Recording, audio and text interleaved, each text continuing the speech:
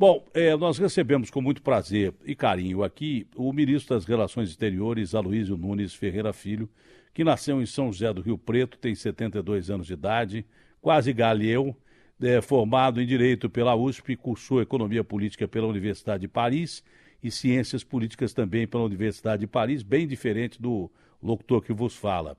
Se tornou procurador do Estado de São Paulo, iniciou carreira política como deputado estadual de São Paulo, foi eleito vice-governador do Estado de São Paulo entre 91 e 94, deputado federal por 3 mandatos e senador da República. No governo Fernando Henrique Cardoso, foi secretário-geral da Presidência da República e ministro da Justiça. Assumiu o cargo de ministro de Estado das Relações Exteriores em 7 de março do ano da graça que estamos corrente aí. Ministro, é um prazer falar com o senhor.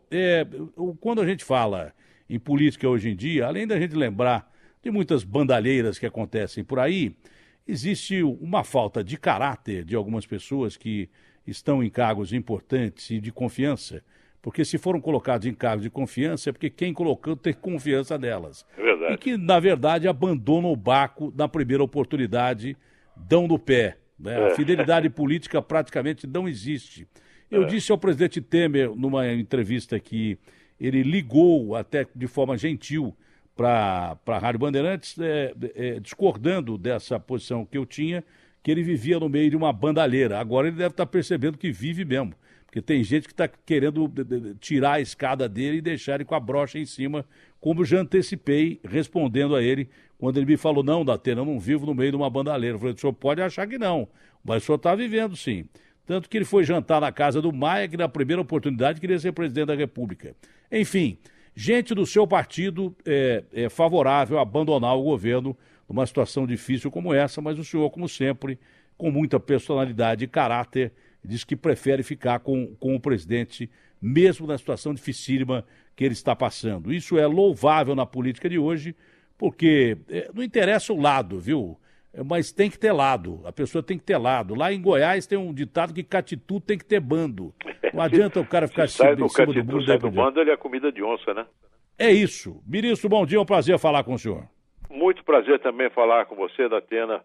Você falou aí sobre meus estudos universitários, mas você é doutor, mestre e doutor em comunicação, em jornalismo, e faz há muitos anos já tem uma presença extraordinária na nossa comunicação, no nosso jornalismo, em todas as modalidades do jornalismo. Mas eu quero dizer a você do meu prazer em falar com você e reafirmar o seguinte, Datena, eu sou membro do PSDB, sou até vice-presidente nacional do PSDB. Eu não votei no Michel Temer, pelo contrário, quer dizer, eu concorri ao mesmo cargo que ele, vice-presidente da República, ele ganhou e eu perdi. Acontece que o PSDB participou ativamente do processo de impeachment da presidente Dilma Rousseff. Participou ativamente. Tendo participado do processo de impeachment, nós não poderíamos simplesmente lavar as mãos sobre o que aconteceria em seguida, que é a posse do vice-presidente e atual presidente Temer. É o que diz a Constituição.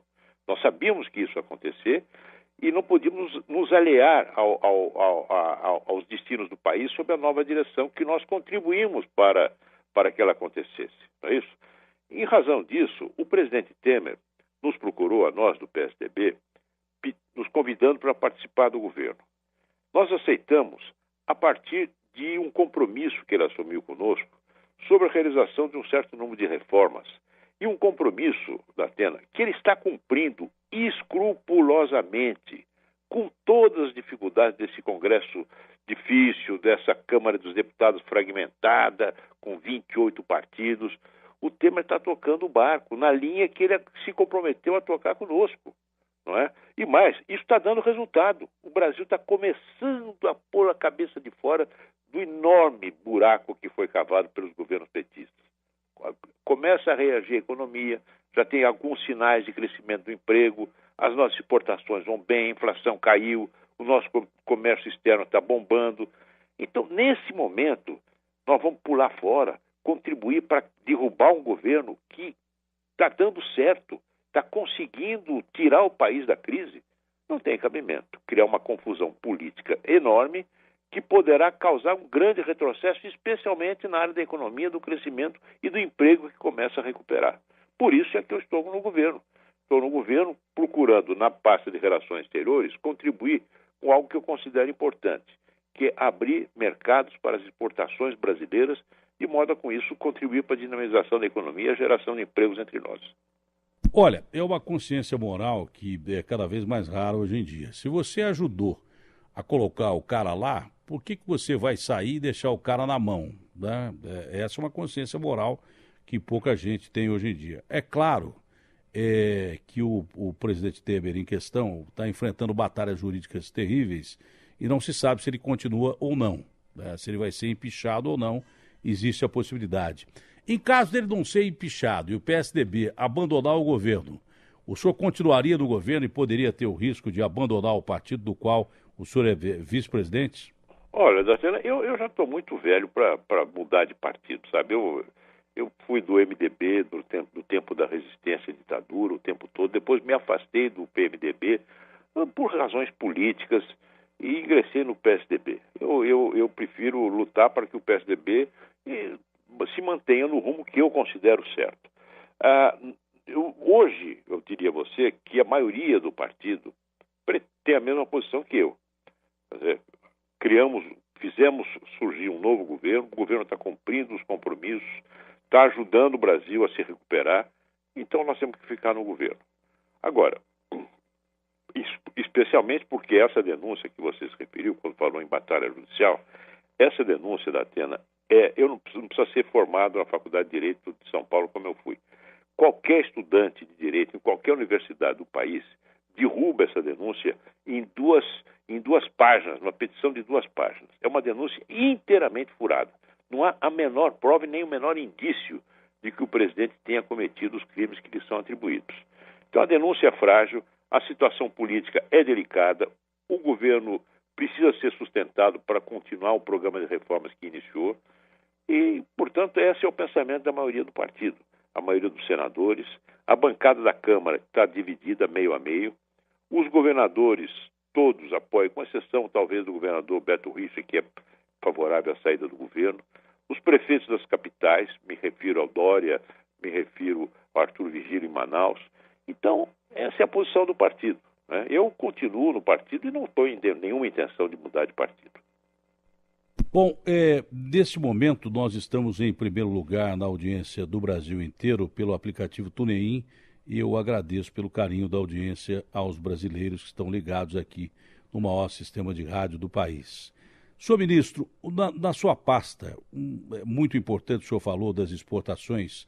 Num primeiro momento, quando esse senhor Joesley, que para mim se declarou um bandido, porque delator é bandido. Sim. Né? Então não pode, eu já disse aqui, o Papa não vai delatar ninguém porque ele não é bandido, ele é o Papa. O Dalai Lama não vai lá. Não vai, esse senhor demonstrou ser um bandido de primeira qualidade. É verdade. E quando ele caiu da Operação Carne Fraca, eu arrebentei com ele dizendo que ele era bandido. E eu quebrei ele no meio e fui criticado, inclusive aqui na emissora mesmo. Olha, você não pode fazer isso porque, de repente, você está prejudicando as exportações brasileiras, porque, de repente, esse senhor é dono do maior frigorífico do mundo. Eu falei assim, olha, para mim, bandido é bandido. Eu não sei nem como é que ele chegou lá. Agora sei, porque pegou dinheiro do BNDES pra caramba. Ele chegou lá no governo do PT. Ele virou, que inclusive o governo do PT. Inclusive o presidente do BNDES dizendo que foi um grande negócio fazer o acordo com a JBS. Se ele acha que é bom acordo, grande negócio fazer acordo com um bandido, o problema é dele. Eu acho que não é. E esse senhor, ao invés de, pelo menos da minha parte, ele não teve proteção. Num dia depois, o senhor está lembrado, ele distribuiu publicidade para tudo quanto é emissora de rádio, de televisão, inclusive aqui. Inclusive aqui ele botou, mas eu desci o cacete dele. Arrebentei com ele. Depois ficou provado na sequência que esse senhor provocou, na realidade, um problema seríssimo para as exportações brasileiras, não só pela qualidade da carne que ele pode ter exportado e por consequência, sendo ele um bandido, prejudicar o resto das exportações, e depois ficou provado que a maioria dos negócios dele, ele transferiu para fora do país. Exatamente. 80% dos negócios foram transferidos, e mais, ele está vendendo o que tem aqui, abalando a República Brasileira e deixando o país exatamente do jeito que eu falei, com a brocha em cima sem escada embaixo. Exatamente. O que significou esse cidadão em relação aos problemas da balança comercial brasileira? Olha, daquele momento, do início da denúncia de que teria havido fraude na liberação de lotes de exportação de carne, foi um drama muito grande, porque, claro, que de repente todos os mercados, ou quase todos, da nossa exportação de carne se fecharam. Mas houve uma reação muito coordenada do governo, envolvendo o meu Ministério de Relações Exteriores, o Ministério da Agricultura, no sentido de esclarecer, no sentido de isolar aqueles frigoríficos, aquelas unidades onde aconteceram esses problemas, e logo as coisas se recuperaram. Logo, quer dizer, foi ao longo de 2, 3 semanas nós conseguimos recuperar. Agora, claro que criou um abalo na nossa reputação, porque o mercado exterior da Atena, o pessoal briga de porrada um no outro, quer dizer, é uma disputa muito violenta por espaço, né? Especialmente nesse tipo de mercadoria, que é uma mercadoria nobre, de grande consumo. Quer dizer, nós temos concorrente americano, concorrente australiano, enfim, concorrente argentino, e a briga de cotovelada para tudo quanto é lado. Houve um abalo, não há dúvida nenhuma. Mas se demonstrou que não havia, os problemas apontados não eram em relação, digamos, à qualidade, à sanidade da mercadoria. O que se apontou foram processos fraudulentos de fraude fiscal, sobretudo, entendeu? De fraude de imposto nesses frigoríficos.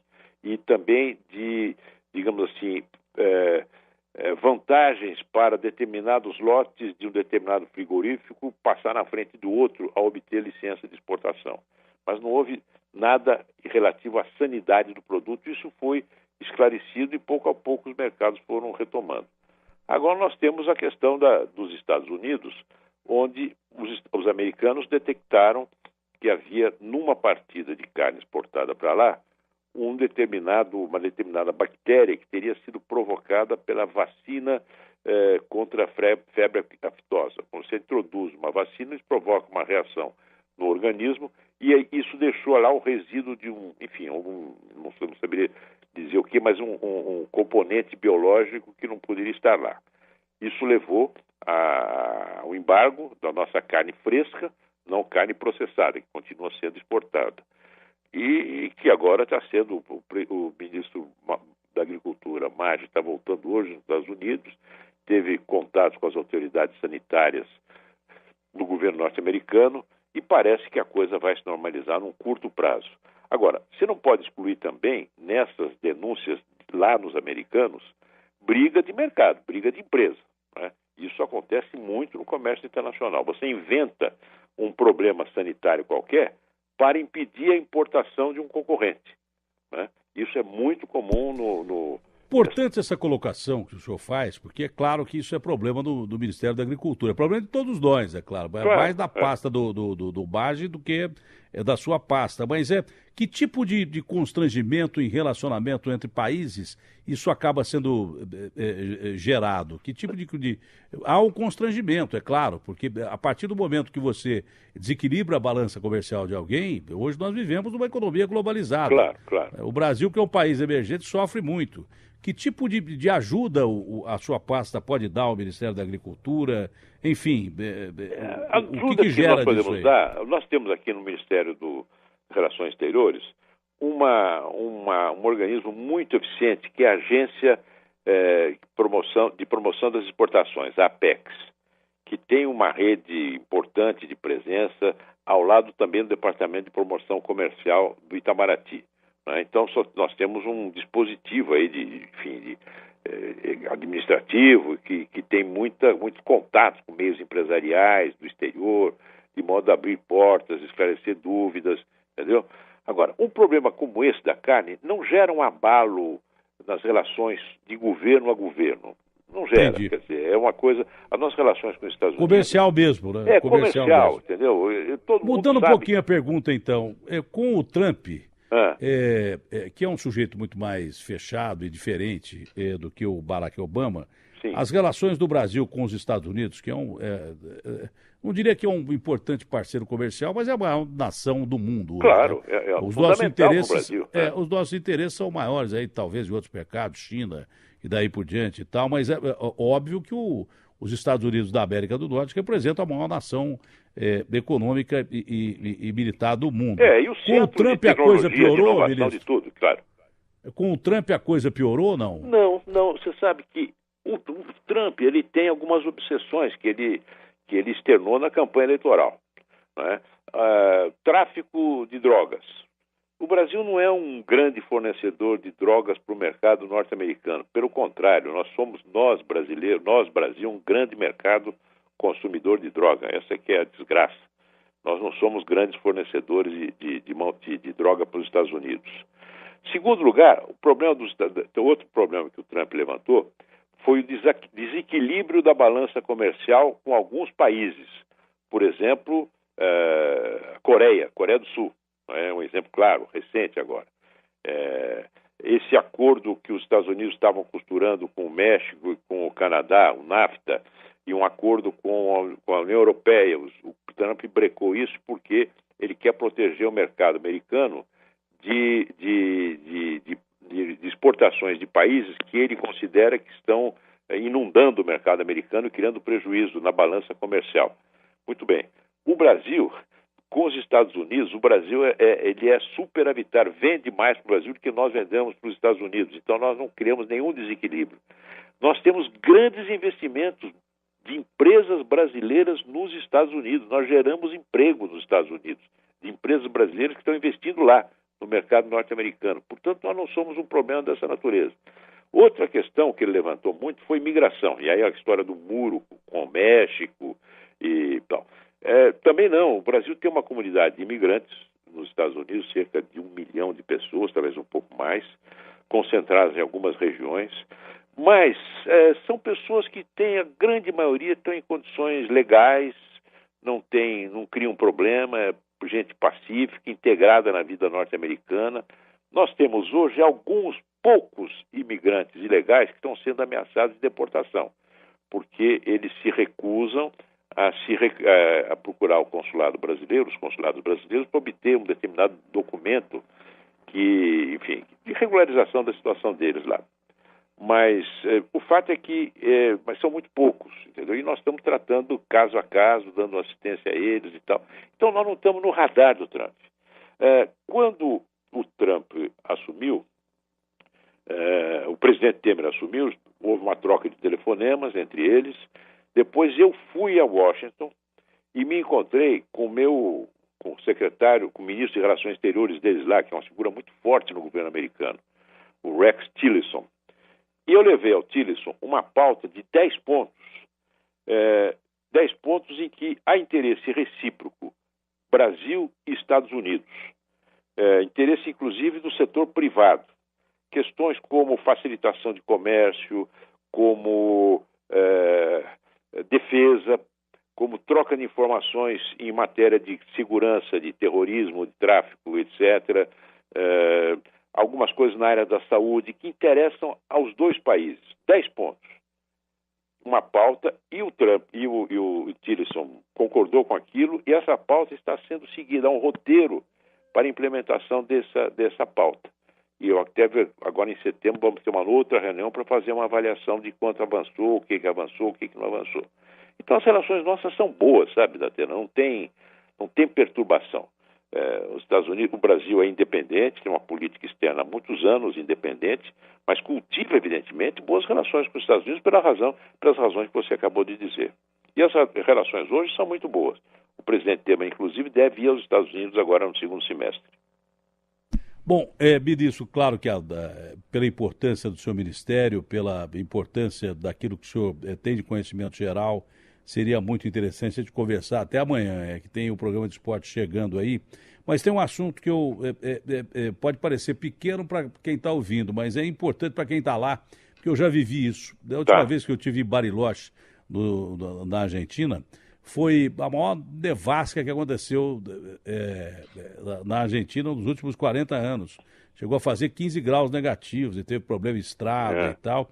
E parece que a situação está se repetindo lá. Tem É brasileiro verdade. preso em Bariloche em razão do frio.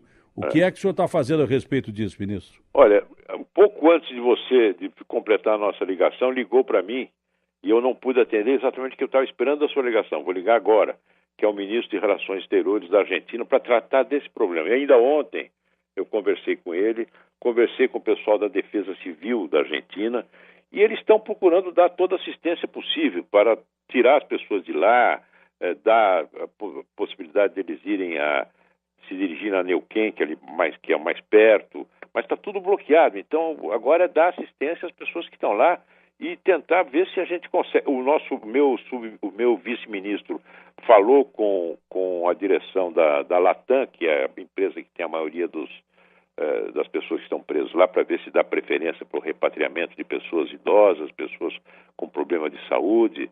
Mas, enfim, estamos procurando acudir da melhor maneira possível, sabendo que você viveu essa situação. Ontem um avião tentou pousar lá, não conseguiu, né? Não sei se hoje as coisas melhoraram.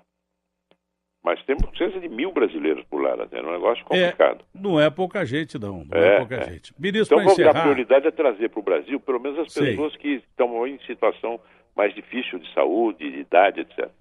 Importante. Ministro, só para encerrar, a gente não podia passar ao largo desse assunto. A gente sabe que os nossos irmãos venezuelanos passam por uma situação muito difícil, mas as relações do Brasil com a Venezuela e a possibilidade de acolher, a gente também não está lá essas coisas, mas de acolher quem precisa ser acolhido no Brasil depois de um regime de exceção daquele canalha, daquele Hugo Chávez, que já foi tarde, e o mas pior deixou é o o país das mãos. O pior que ele é o Maduro, que é o filhote do cara, mas deixou o país numa situação terrível. Como é que estão as nossas relações com a Venezuela? Olha, relações muito estremecidas, né? O Brasil tem relações diplomáticas com a Venezuela. Nós temos lá um embaixador em Caracas que procura ter contato com todos, com o governo e com a oposição. A nossa posição é favorecer uma transição democrática na Venezuela. É uma situação que não pode perdurar.